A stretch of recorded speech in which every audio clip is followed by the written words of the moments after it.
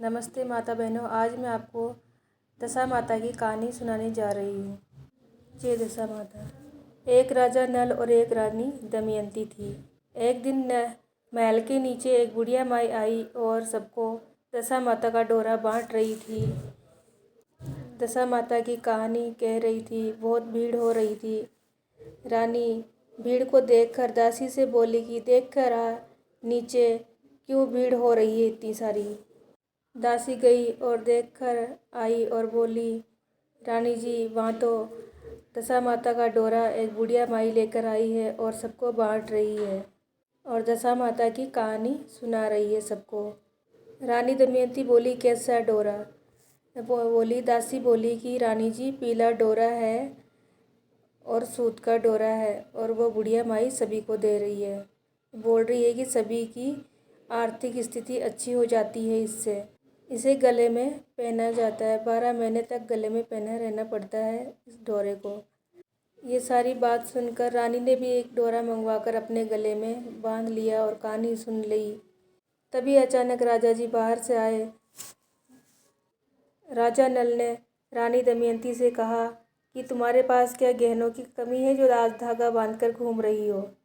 रानी मुस्कुराई और बोली कि ये कोई साधारण डोरा नहीं है महाराज। तो बोले कि ऐसा कैसा डोरा है ये जो तुमने आज गले में बांध लिया है इतने सारे गहने होने के बावजूद भी? तो रानी बोली कि इससे सुख समृद्धि आती है, खुशहाली आती है घर के अंदर, आर्थिक स्थिति अच्छी होती है, दशा माता का आशीर्वाद बना रहता है हमेशा हमारे ऊपर।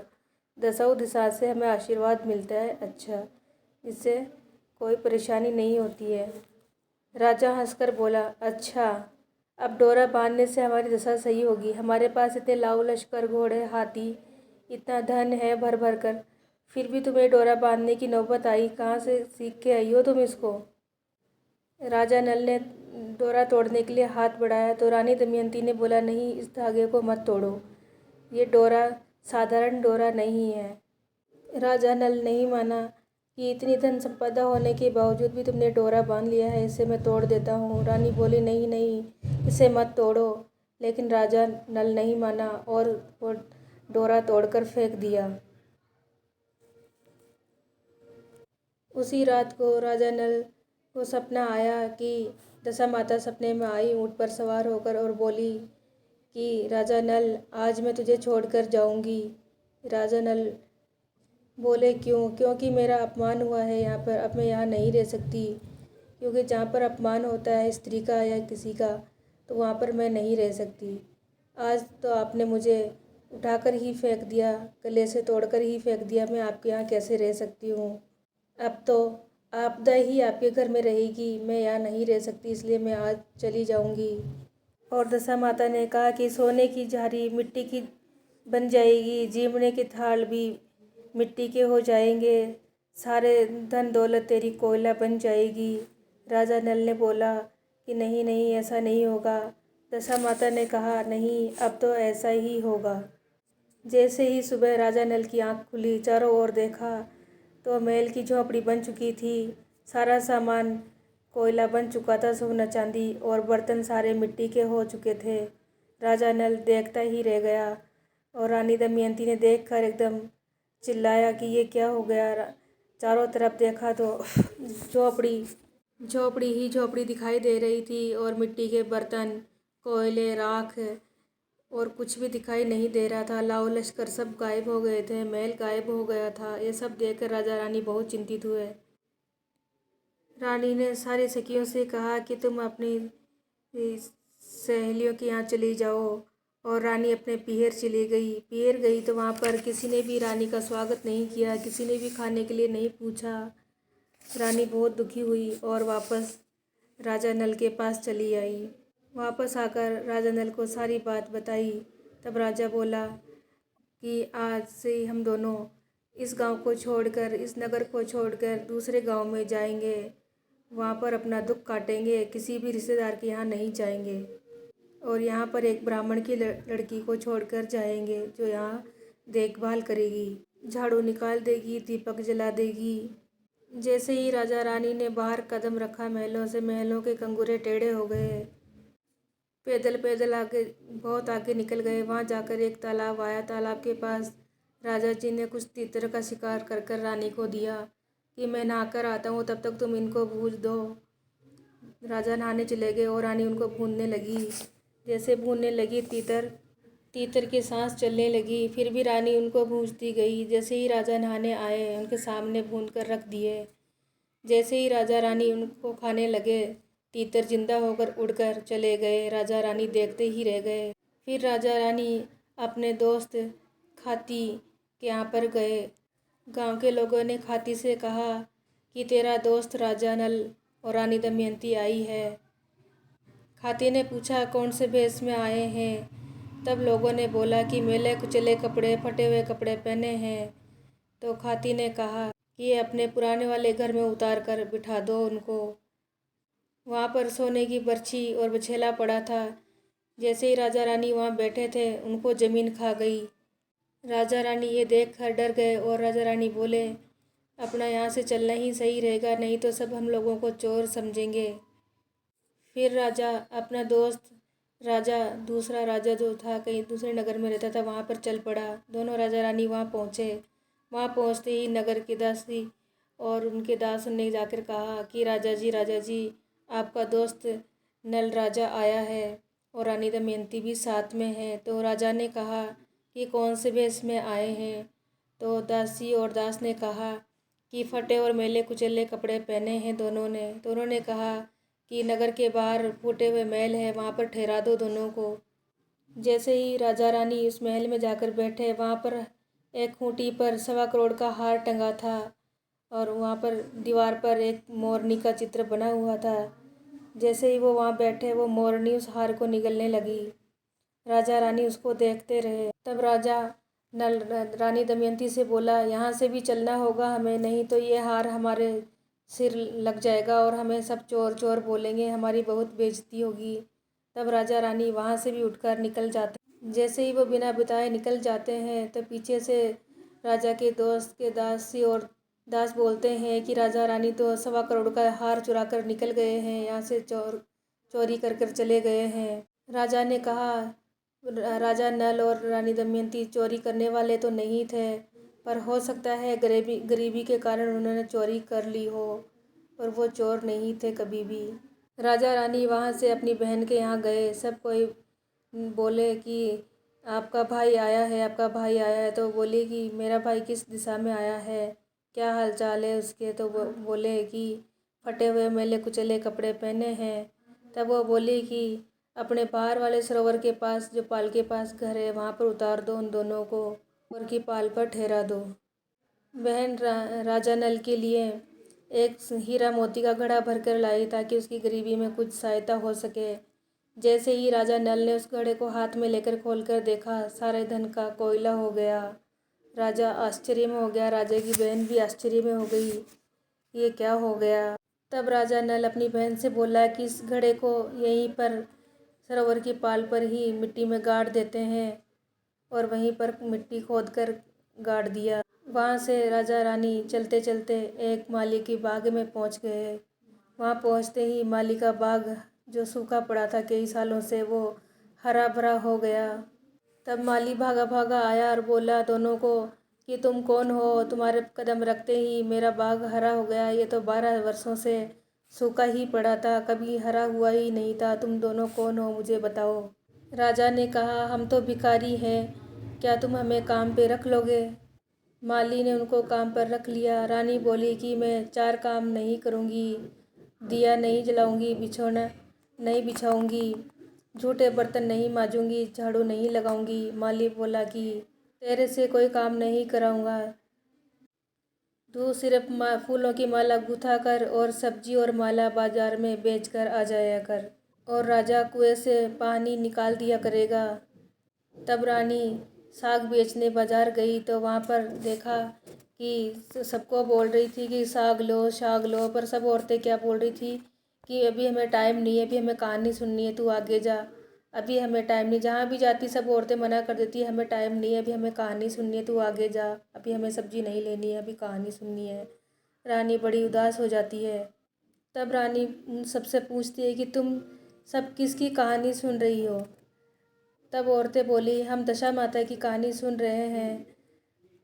तब रानी बोली कि मैंने भी दशा माता का डोरा लिया था कभी, पर राजा ने डोरा तोड़कर फेंक दिया, जिससे दशा माता नाराज हो गई। अब हमें 12 बरस हो गए, अभी तक हम इधर से उधर भटक रहे हैं तब से। रानी बोली कि अगर दशा माता सीधी आ जाए हमको वापस, तो मैं दशा माता का डोरा लेऊंगी। उसी रात राजा नल को सपने में दशा माता आई और बोली कि राजा नल, मैं तेरे घर में आऊँगी।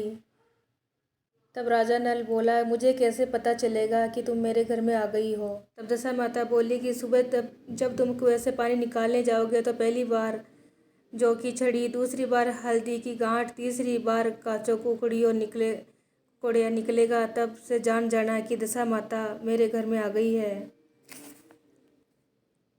इन सब चीज़ों से एक डोरा बनाकर रानी दमयंती को देना।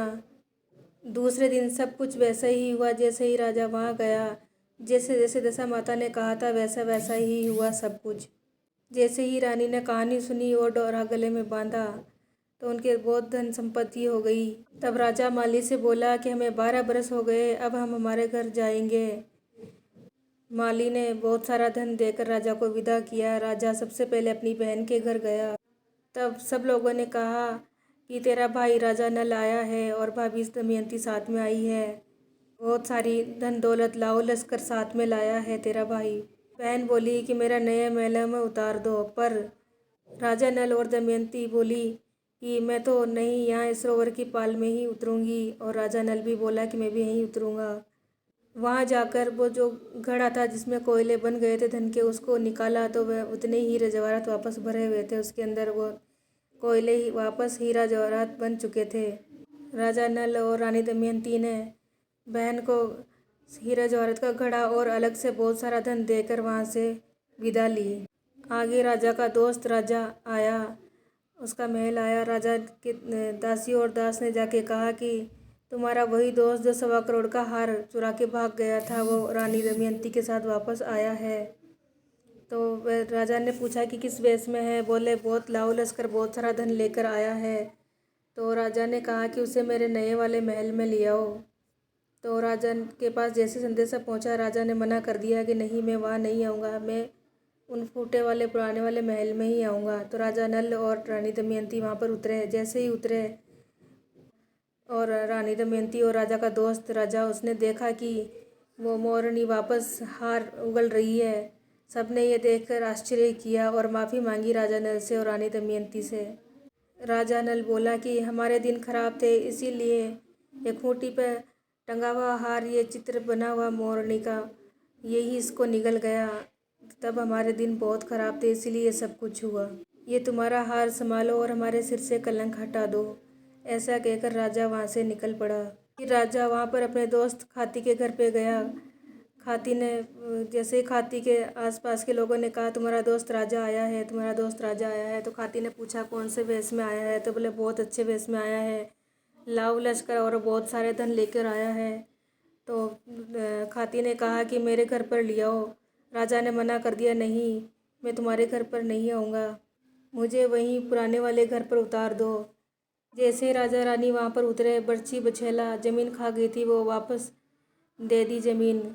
राजा खाती को बर्छा बछेला वापस संभला दिया और बोला कि हमारे दिन खराब थे, इसलिए ज़मीन ही बर्छी और बछेला को निकल गई थी।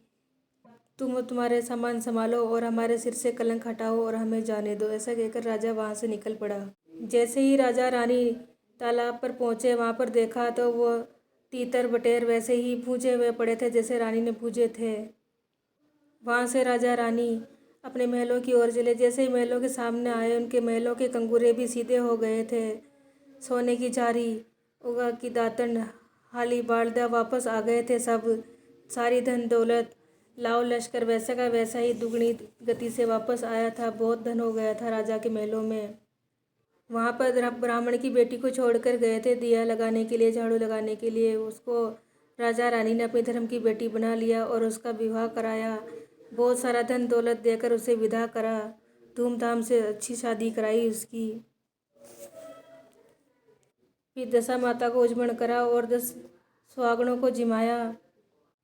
तब रानी बोली, हे दशा माता, तू मन ऊंची बड़ी करी मत इन ऊंची बड़ी करूँ हूँ। हे दशा माता राजा रानी ने जिसको भी खो दियो वैसा किसी को मत देना। जैसा धन दौलत उसी सभी ने जैसा धन दौलत दिया वैसा सभी को देना। क्यों करा देता ने सुनता ने अपना सारा परिवार ने देना। ऐसा कहकर रानी ने सारे नगर के अंदर सबको जिमाने का न्योता दिया और सबको जिमाया। और इसके बाद फिर बिंदाई जी की कहानी सुननी है सबको। जय दशा माता। एक विधवा मालन थी। उसके 4 बरस का बहुत सुंदर लड़का था। मालन की सासू उसे बहुत दुखी करती थी। एक दिन सासू ने दोनों को घर से निकाल दिया। दोनों जना वहाँ से निकल गए। दूर जाकर एक पेड़ के नीचे बैठ गए। उस पेड़ के सामने ही एक बिदाई जी का मंदिर था। दुनिया दर्शन कर जा रही थी। आते जाते लोग उनको प्रसाद दे जाते जिससे उनका पेट भर जाता। दोनों जने रोजाना वहीं बैठने लगे। बिदाई जी की बहुत पूजा सेवा करने लगे। एक दिन मालिन सोची कि जंगल से फूल लाकर पूजा सामग्री लाकर बेचा करेंगे। इससे हमारे पास थोड़ी धन दौलत और पैसे आ जाएंगे और हमारी दरिद्रता दूर हो जाएगी। ऐसा करते करते उनके पास पैसे हो गए। पैसे होते ही उन्होंने दुकान खोल ली। अच्छी बिक्री होने लगी। बिक्री होते होते लोग काम इतना बढ़ा है कि उन्होंने नौकर चाकर रख लिए। काफ़ी समृद्धि आने लगी उनके घर में। नौकर चाकर रखने के बाद वो गणेश जी की पूजा में बैठ गई। दिन रात गणेश जी की पूजा और सेवा करती थी। और उनका लड़का बड़ा हो गया था। वो पढ़ने जाता था। जहाँ पर वो लड़का पढ़ने जाता था वहीं राजा की एक लड़की भी पढ़ने जाती थी। उन दोनों के आपस में गहरी दोस्ती हो गई जिससे उस लड़के का राजा के घर पर आना जाना हो गया। तब राजा की लड़की अपनी भाभीियों से बोली मैं तो इससे ही ब्याह करूँगी। तब भाभियाँ बोली ये तो मालन का लड़का है, हम तो राजा हैं, मालन के लड़के से थोड़ी शादी करेंगे, राजा से ही किसी राजकुमार से शादी। तभी भाभी ने जाकर सासू ससुरों को बताई कि आपकी लड़की तो माली के लड़के को पसंद करती है, उससे शादी करना चाहती है। और वो तो हट करके बैठ गई है, प्रतिज्ञा कर ली कि मेरे को शादी करनी है तो इसी लड़के से करनी है वरना किसी से नहीं करनी है। तब राजा रानी भी मान गए और खूब दहेज धन दौलत देकर उसकी शादी कर दी। और शादी कर जैसे ही लड़का घर पहुंचा मालन ने बहुत खुशी हुई। सबसे पहले विधायक जी महाराज को ढोक दिलाई। फिर गांव में अपने घर ले गई और गांव में पूरे गांव में हेला पड़वा दिया कि मेरे यहाँ पर सब जीमने आए। सारे गांव वालों को जीमने का न्योता दिया। सारे गांव वाले मालन के यहाँ पे जीमने आए। जीमने आए हुए लोगों को सबको मालन ने कहा कि जो भी विनायक जी की पूजा करते हैं, सेवा करते हैं, विनायक जी उनकी मनोकामना पूरी करते हैं और खूब रिद्धि सिद्धि देते हैं। ऐसे में वहाँ पर लोग ये बातें सुनकर बहुत सारे लोग दर्शन करने आने लगे और उनकी बिक्री बढ़ गई और छोटी दुकानों से बड़ी दुकानें हो गई। काफ़ी लोग उनको मानने लगे। उधर मालन की सासू माँ को अन्न के भी लाले पड़ गए। खाने के लिए कपड़े नहीं थे, खाने के लिए अन्न नहीं था, पहनने के लिए कपड़े नहीं थे।